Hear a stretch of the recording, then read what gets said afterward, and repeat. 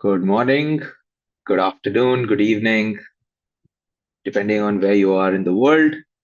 This is episode number 43 of the Unboxing AI webinar series. Thanks for bearing with us. We were out of action for the last week or so, but thank you so much for joining today. Uh, we have a very special guest with us today, just waiting for them to join. Uh, but yes, for those of you yes, welcome, Amita. For those of you who don't know, this is the Unboxing AI webinar series by CARPL.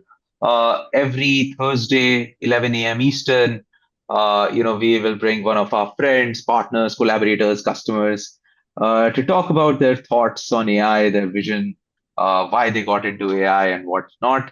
And if you do not know what CARPL is, well, we are your friendly neighborhood AI platform, bridging the gap between this complicated world of AI, hundreds of applications, all of them doing amazing work, but helping you figure out which one of them is best suited for your local patient population, and how it all comes into your workflow through a single user interface, single integration, and single procurement channel.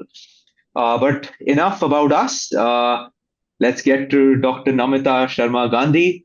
Namita is a dear friend of several years now. Thank you, Namita, for joining.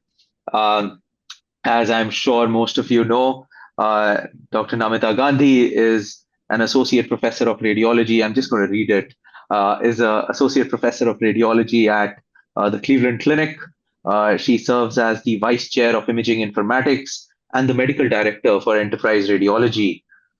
She completed her residency from Brown and her abdominal imaging fellowship from the clinic itself. And relatively recently, got a master's degree in health informatics from Northwestern. Uh, she a very decorated person, has several fellowships, the Society of Abdominal Radiology, RSNA's ACR, Common Data Elements Committee, etc., etc. Most importantly, hails from a city near Delhi called Jaipur, and we kind of have that common connect also going. Today, Namita is here very much in her personal capacity to talk about her journey, her thoughts, and her vision. Thank you so much, Namita, for joining Meets the World. Thank you, Vidur. Thank you for the kind introduction, and I'm happy to be here and share my thoughts uh, on AI and radiology and everything else. No, fantastic. And also, those of you joining in who are maybe new to this, we will prioritize your questions over our own deliberations and quantifications. So please feel free to use the chat, the Q&A, WhatsApp me. Everything works. As is customary, Namita, we typically start these conversations by asking you to describe what it is that you do, as if you were telling a 5-year-old. Okay. So 5-year-old of today or the time I was growing up? That is very, very different. 5-year-olds today have very different technology available than we did. I would start by describing the role of a radiologist.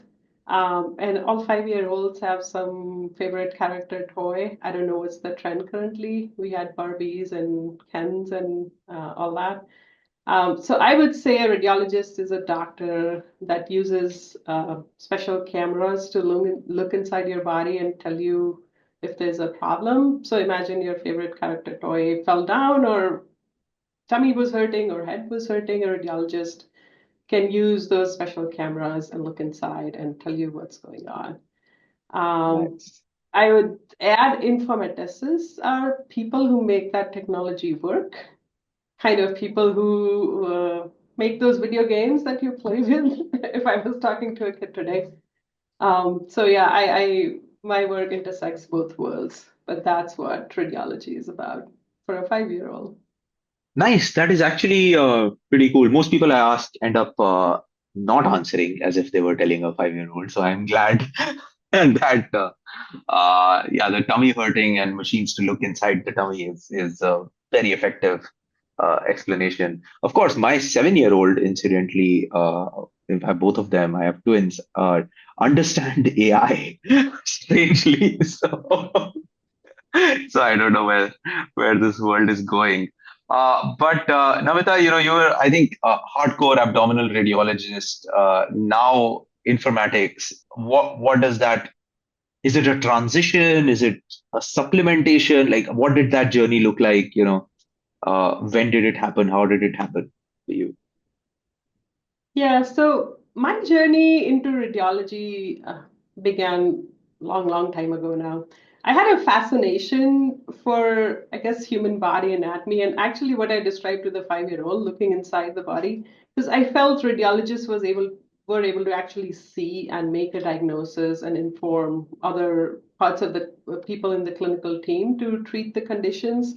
And I do think, although it was never verbalized, it's radiology has always been a technology heavy specialty, and I think that was part of the fascination for me. Although I didn't think about it back then. Back then, it was like, oh, it's cool, but the images were cool. And that's how I started with radiology. But as I progressed in my career, I started noticing that diagnosis was not enough. There are so many additional considerations in the way we practice, how we communicate to our clinical colleagues, how we communicate to our patients that impacted patient care. Hmm. And that made me start thinking of outside radiology in the bigger realm of patient's health and patient journey, which the radiology is part of it, but it's not the entire journey. And as I started thinking about that, then you start thinking, okay, how the orders come in, how do the reports go out, and those pieces, which then made me think of the entire information flow, and that's what got me interested in informatics. Uh, with that, moving into informatics and realizing how it impacts not only patient care, then the more you dig in, you realize it impacts research, it impacts academics. We form the backbone of every academic mission and patient care. And then I think we're just fortunate to be in a field where AI has advanced very rapidly. Think of the FDA approved algorithms, radiology has the most. I think 75% or Correct. so are Yep. radiology related. So it was a natural segue into the field of like thinking how AI works well for us and can help us serve our patients better. And Amita, like, how long into your, like, let's just call it traditional radiology career did you get the aspiration to get into informatics? Like, how, like, and why at a particular point? Like, because a lot of people now are thinking about getting into like informatics as a way of then eventually getting into AI, as you just alluded. But like, was there a certain inflection point, something that happened that led you to take that decision, or was it just organic? I think I think it was an organic growth into my career. You know, Hmm. I'll be very honest, as young professional career, you're like you have young kids and you're focusing on different things. I started looking into research. I was actually looking into new technology like PET-MR for IBD. Hmm. And to be honest, AI at that time was not really that developed and available. And then, so I would say around 10 years' time, when you're really comfortable with your clinical work, okay, you've done this, new technologies are coming, informatics and AI, that's when I started growing into that field. So for me, it was not a sudden inflection, it was just a Hmm. combination of things and kind of maturing into that field and realizing that we need to do more than just make a diagnosis, at least for me. I mean, some people are really happy just doing that, and that's a very important contribution. For me, I just wanted to not just look at the trees, but the forest. Yeah. Um, and And that's and how just I moved into that field. going like one level deeper, you did go get that formal master's degree in informatics. Would you recommend that for folks that are, you know, that are radiologists and looking to, kind of do uh, get into informatics? Like, does formal training help, or do you think it's a good to have if one is, or is it even a requirement? Like, if you're in an academic institute, then do they need you to get this degree as well? So uh, the training did help me. Because you realize, I mean, I'm talking very practical level as vice chair of informatics. You not only need to know the information flow, you need to know a little bit of project management. You definitely need to be a leader and be able to influence people. So those are the Yeah. skills that that a formal training helps with that. That being said, do I apply 100% of what I learned in my everyday work as a physician leader? No, I don't. So I didn't need everything, but it did help put everything in perspective and developing those skills which are needed as a physician leader. Some skills I think are helpful. If not, like I mostly I don't have to code every day, but I talk to coders. So understanding their language, their skills, how to communicate best with them is helpful. Do we need it? At certain level in leadership positions nowadays, they're asking that it's a almost a requirement. Might not be a formal master's degree, but some sort of training. On the non-radiology side, they're like clinical certification, clinical informaticist, and things like that. So if people want to Hmm. grow in that space, it's needed. But do you absolutely need to have it just to work in the informatics space? No, you don't.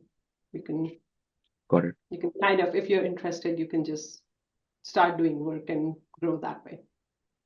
No, that is, I think that's very insightful, very actionable for a lot of folks out there. Thank you for sharing. Uh, just moving on to unboxing some of the AI out there. Uh, Yeah.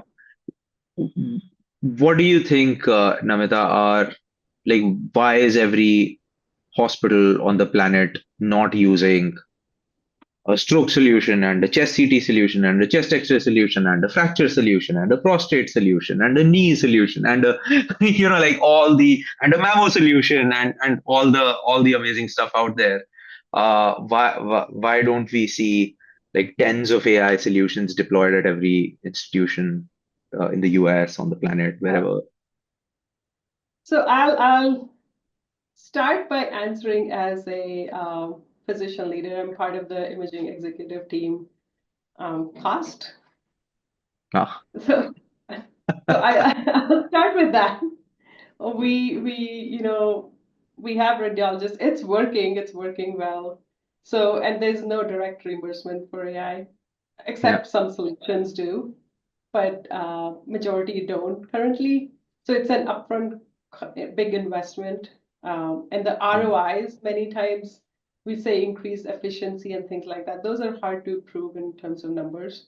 So cost and availability mm, is a I think it's a big contributor of why it's not everywhere yet. It's moving in that direction, but that's one of the things. Efficient integration into the existing systems is a key feature, and that does require a lot of infrastructure support. For example, we want to send everything in cloud, bring it back, imagine the data flow. Is your network robust enough to do that? Is it slowing everything mm, else down? So those are some practical considerations from an IT and leadership perspective. The other thing which which I don't know if that's the primary reason people don't have it yet, but something to be very aware of is bias in this bias in the mm, algorithm. And I mm, think a bias has systematic errors, which part of it are algorithm related, but equally important is the human AI interaction. So it's not just the algorithm, it's like how we humans tend to react with AI. It's like scrolling down Instagram or Snapchat or whatever you yeah. do, and how it impacts us, which was something which people didn't realize before. Mm, So bias comes in from the algorithm, what kind of data it was trained on, and things like that. But also, if how are radiologists interacting with it? Like there's automation bias. Are we just accepting everything because AI said? Or some people might be distrusting AI and mm, they're not accepting AI because they distrust technology in general. So how does that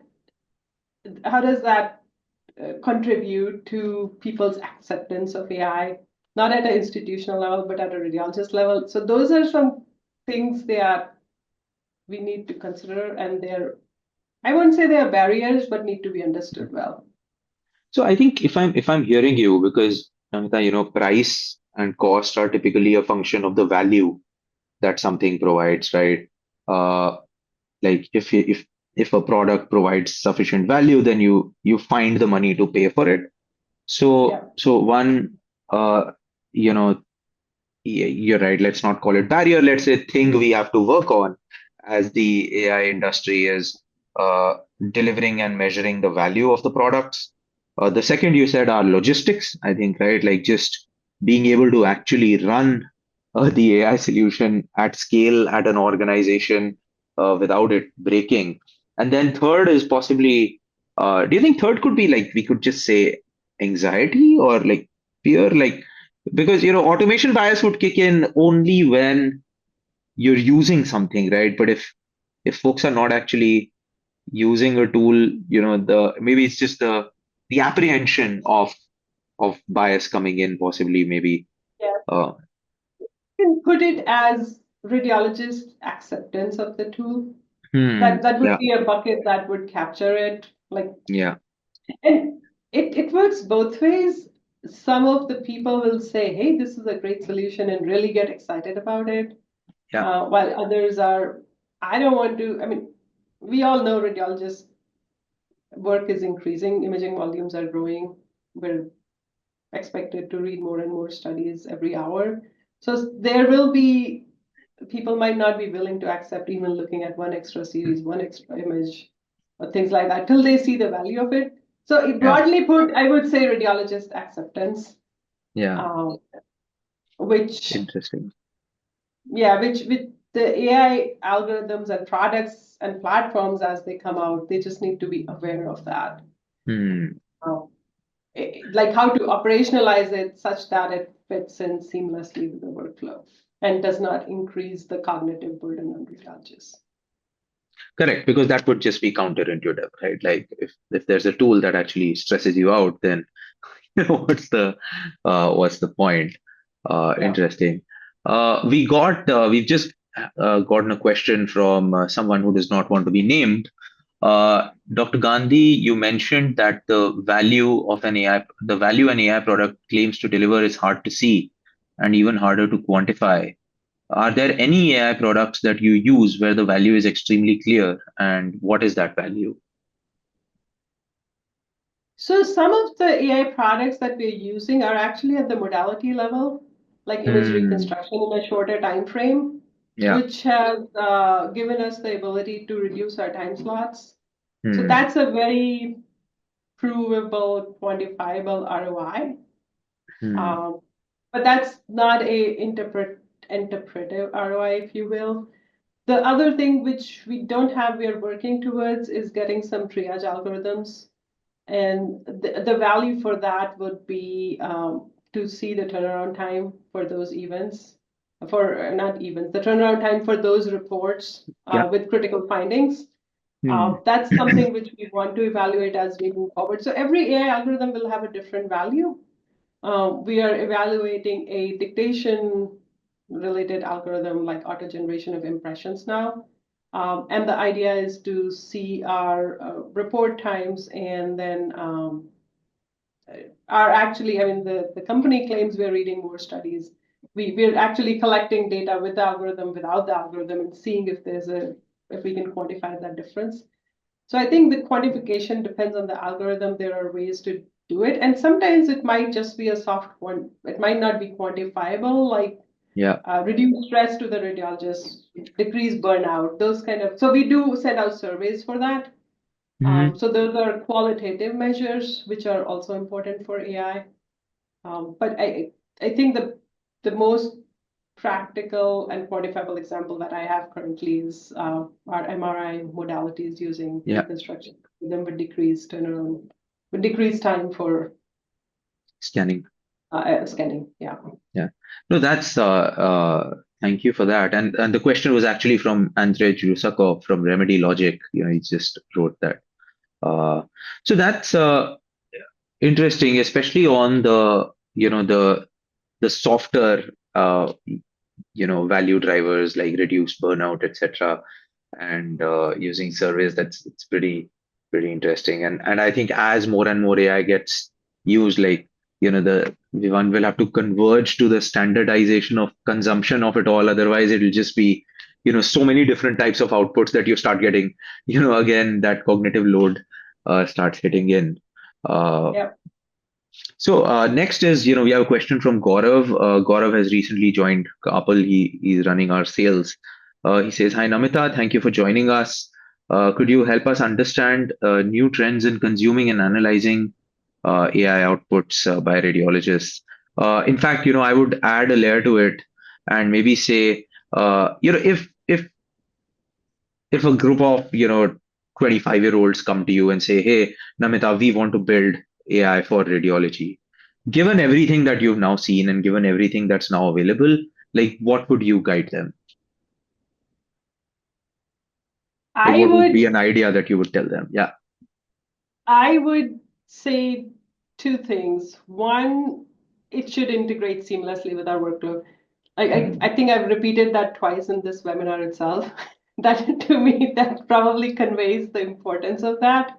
That it's nobody wants to look at an extra, I want this view, images in yeah. this view or something. Yeah. Second, the way things are moving, radiology, it'll become more than images.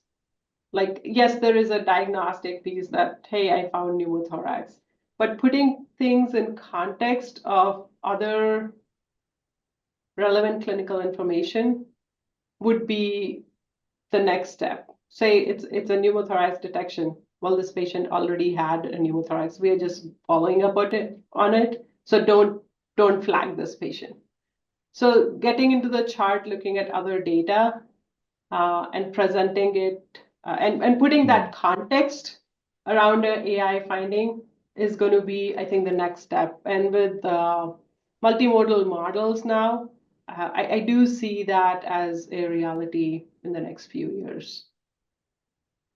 And interesting. I'll give you an Yeah. example, Yeah. opportunistic screening algorithms that are coming out, okay? So yes, I diagnose more incidental coronary artery calcification. What happens to the patient downstream? Some of them will already have a diagnosis of coronary artery disease. We don't really want to flag that patient and burden our system, which is burdened by patient access issues anyway. So we Mm, need those things filtered out. So putting that whole patient context in addition to the imaging finding, that will add the value of an AI algorithm.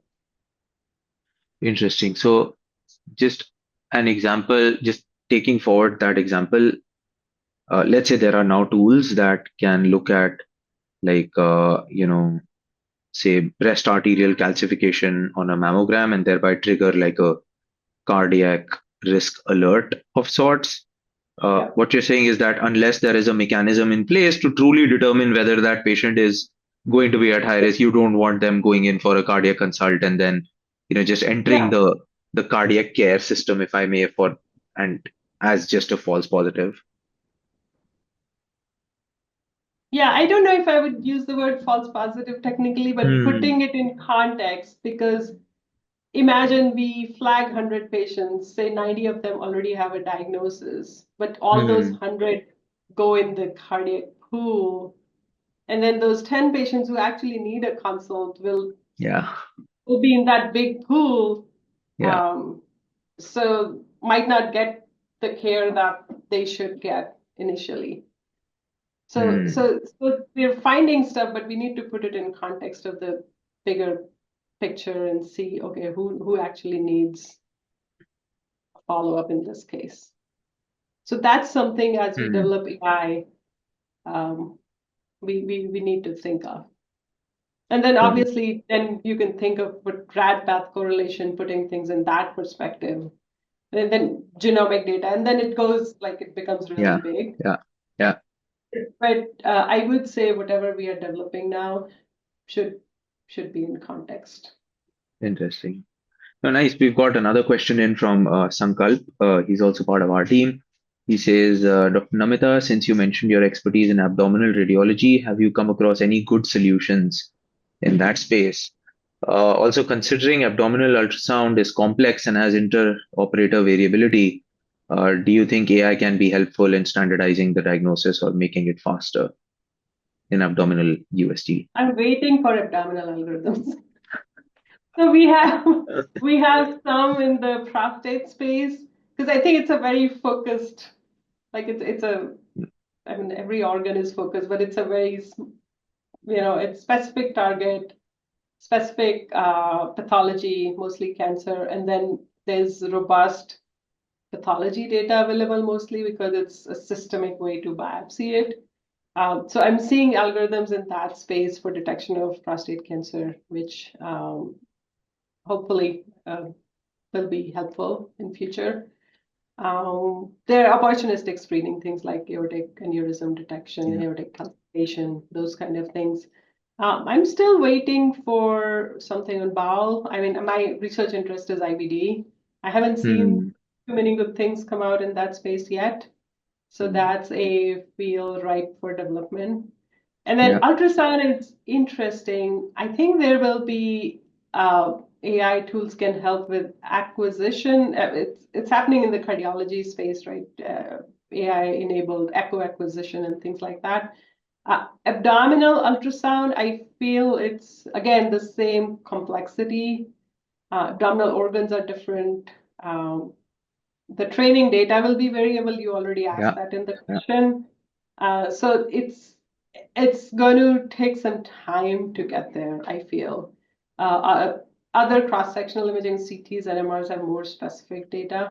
So that's going to be, I mean, we can Yeah. already see most algorithms are coming out on that. Yeah. No, we have like one of our partners, A2Z Radiology, Pranav Rajpurkar from Harvard Med.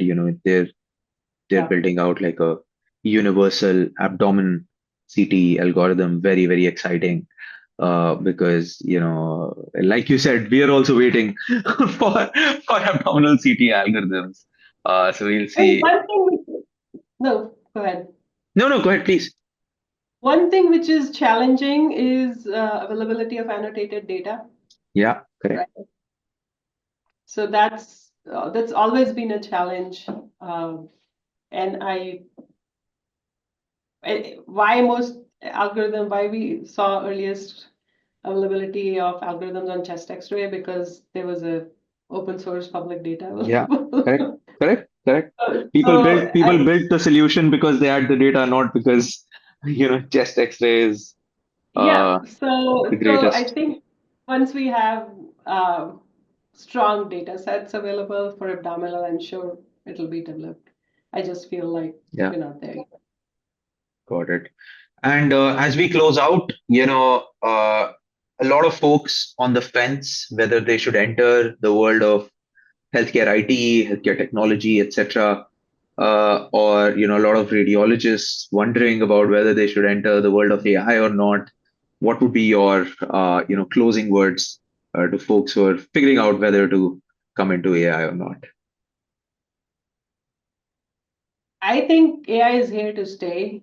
We need to learn about it, understand the potential biases, and embrace it if we want. I mean, it's here to stay. We better learn about it and do it in the correct way, keeping the patient focus in mind. I think that's That's a great kind of note to end on. You know, do it for the patient. At the end of the day, that's what this also says. We're that dealing says with it perfectly. uh, with patients and not data. But no, thank you, Namita. Means the world. Thank you for joining. Thank you to everybody who joined, and we will see you same time next week. All right. Thank you for having me. Thank you, Thanks. Namita. Thank you so much. Thanks. Bye.